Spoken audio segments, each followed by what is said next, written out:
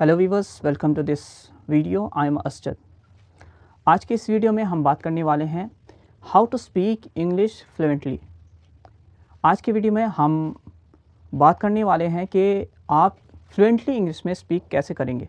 इस वीडियो में मैं 4 पॉइंट्स के बारे में बात करूंगा। अगर आप उन 4 पॉइंट्स को फॉलो करते हैं तो बहुत ही जल्द in a short period of time आप इंग्लिश में फ्लुएंटली बात कर सकेंगे। टॉपिक को शुरू करने से पहले अगर आप इस चैनल में नए हैं तो हमारे चैनल को सब्सक्राइब ज़रूर कीजिएगा।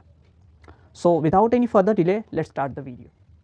4 पॉइंट्स को बताने से पहले मैं आपको 3 बातें कहना चाहूँगा। पहली बात तो ये है कि किसी भी चीज़ को सीखने से पहले उस चीज़ के बारे में आपके अंदर कॉन्फिडेंस होना चाहिए। आप उस चीज़ को लेकर बिल्कुल नर्वस ना हो। अगर आपके अंदर नर्वस की बीमारी आ गई तो आपको उस चीज़ को सीखने में बहुत ही लंबा वक्त लग सकता है। तो अपने आप को कॉन्फिडेंट कीजिए। दूसरी बात, जिस चीज़ को आप सीख रहे हैं उसको दिन रात पढ़िए, उसके पीछे लगे रहिए, हार्ड वर्किंग कीजिए।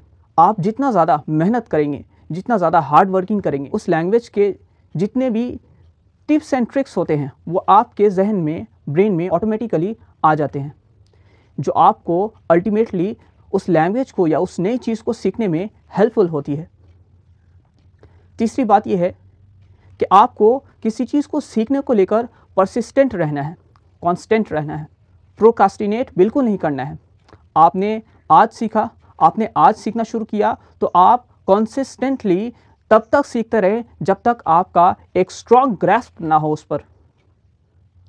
तो 3 चीज़ों का ख्याल रखना है। एक तो आप कॉन्फिडेंट रहें, एक हार्ड वर्किंग करें, रोज़ाना मेहनत करें, और तीसरा कि आप परसिस्टेंट रहें उस चीज़ को सीखने को लेकर। इन 3 बातों को बताने के बाद अब चलते हैं हमारे मेन टॉपिक की जानिब। वो 4 पॉइंट्स जिसको आप फॉलो करके इंग्लिश में बहुत जल्द फ्लुएंट हो सकते हैं। सो वीवर्स, पहला पॉइंट है ऑब्ज़र्व। ऑब्ज़र्व करना, देखना। जब भी आप किसी बुक को रीड करते हैं तो उसको ऑब्ज़र्व कीजिए। आप सेंटेंस के स्ट्रक्चर पे ध्यान दीजिए कि उसको किस तरीके से प्रेजेंट किया गया है। या ये कि आप किसी को सुन रहे हैं इंग्लिश कहते हुए तो उसके स्पीकिंग को सुनिए, गौर से सुनिए, सिर्फ सुनिए नहीं, गौर से सुनिए। ऑब्ज़र्व कीजिए किस तरीके से बात कर रहा है, उसका एक्सेंट क्या है, उसके बात करने का तरीका क्या है, बॉडी लैंग्वेज किस तरीके से काम कर रहे हैं। ये पहला पॉइंट है जिसका आपको बहुत ही अच्छी तरीके से फॉलो करना है।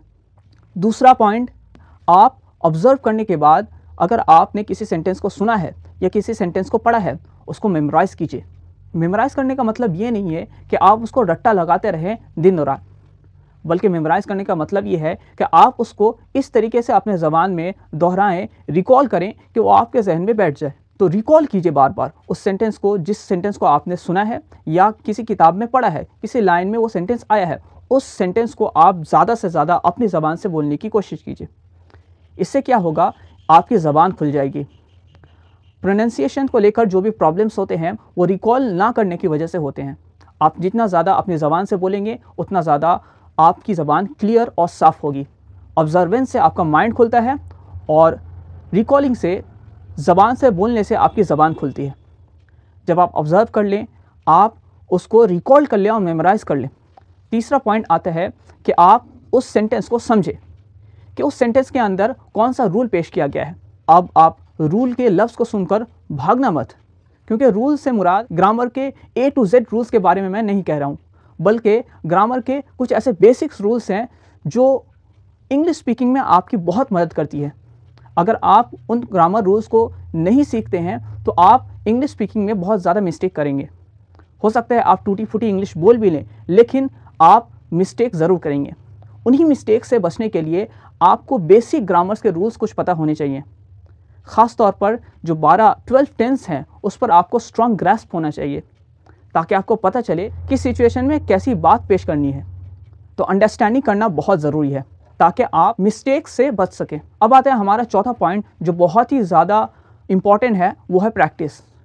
व्यूअर्स, प्रैक्टिस एक ऐसा मेथड है जिसको आप करके किसी भी चीज़ में एक्सेलेंट हो सकते हैं, एक्सेल्ड हो सकते हैं। विदाउट प्रैक्टिस कोई भी किसी ज़बान में या किसी काम में प्रोफिशिएंट नहीं हो सकता है।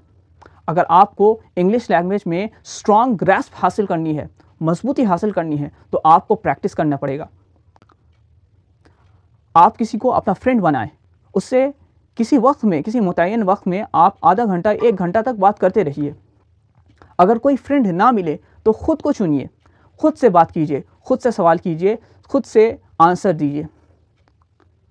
आप बुक्स को पढ़िए, फिर उन बुक्स के अंदर जो भी वोकैबुलरीज आए हुए हैं उन वोकैबुलरीज को लेकर खुद से सेंटेंस बनाने की कोशिश कीजिए। आपने कोई टॉपिक पढ़ा है, उस टॉपिक को अपनी ज़बान में बोलने की कोशिश कीजिए। लेकिन ये बात ध्यान रखिए व्यूअर, प्रैक्टिस उसी वक्त होगी जब आप पहले के 3 पॉइंट्स को फॉलो करेंगे, क्योंकि आपके अंदर कुछ है ही नहीं तो आप कैसे प्रैक्टिस करेंगे। प्रैक्टिस करने के लिए आपके अंदर वोकैबुलरीज का होना ज़रूरी है, आपका प्रोनाउंसिएशन का सही होना ज़रूरी है, इसी के साथ साथ सेंटेंस स्ट्रक्चर को भी समझे। तो 3 पॉइंट्स जो इस चौथे पॉइंट को बनाती है वो ऑब्जर्वेंस है, अंडरस्टैंडिंग है और रिकॉलिंग है, जिसे हम मेमोराइज भी कह सकते हैं। उसके बाद जाकर आप प्रैक्टिस करें तो वो प्रैक्टिस आपको हकीकतन वाक़ियतन फ़ायदा देगी। तो ये थे व्यूअर्स 4 पॉइंट जिसे आप फॉलो करके इंग्लिश में फ्लुएंट हो सकते हैं। उम्मीद है कि आपको ये वीडियो पसंद आई होगी। इस तरीके के और भी वीडियोस देखने के लिए हमारे चैनल के साथ जुड़े रहिए। वीडियो को लाइक कीजिए, अगर कोई क्वेश्चन हो तो कमेंट बॉक्स में ज़रूर सवाल कीजिए। आज के लिए इतना ही, मिलते हैं अगले वीडियो में। Thanks a lot.